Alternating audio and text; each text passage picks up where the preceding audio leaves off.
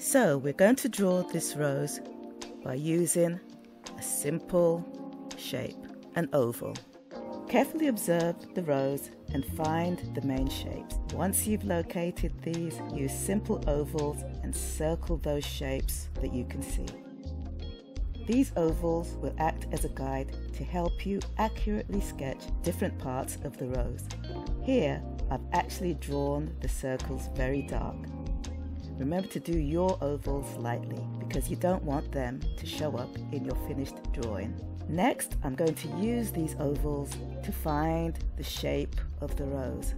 They're the perfect guide to tell me where each petal and detail belong. Remember, keep your sketching light. And when you have the look that you like, when you have an accurate looking drawing, then commit and do the lines a bit darker.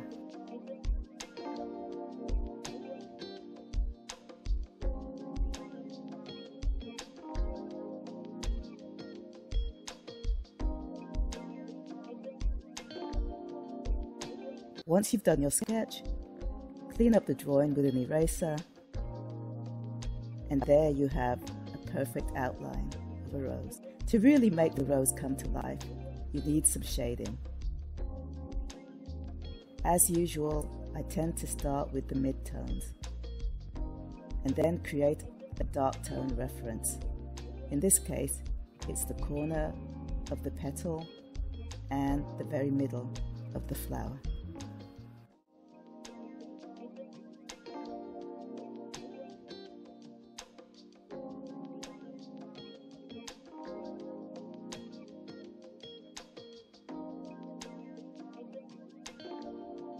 I was actually really surprised to see a second bloom of roses on my rose bush this year. Normally there's just one bloom.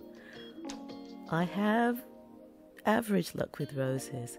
In the back I have a beautiful rambling rose that blooms around about June, July on top of my shed, and another one that also blooms around the same time, which is more like a dog rose type. My luck with growing roses has been a little hit or miss.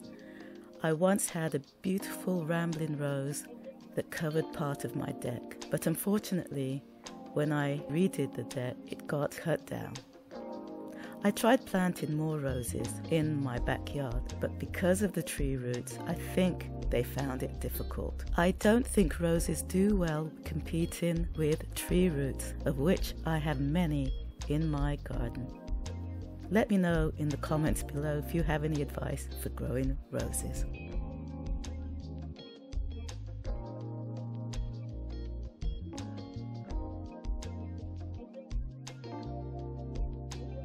One of the trickiest things about drawing roses are the complex overlapping petals, especially as they get tighter and closer together. Don't be afraid to play around with this and simplify as necessary.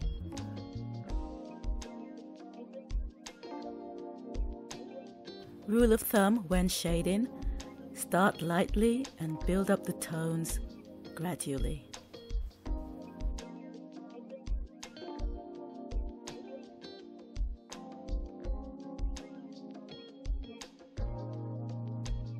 Roses can look quite complex, but just like with any other complicated object or image, if you break it down into its component parts, you'll be drawing like a pro in no time.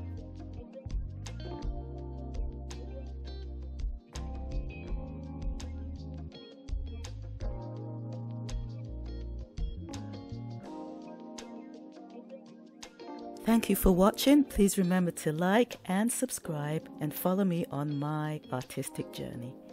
Wishing you much love and peace in your journey also.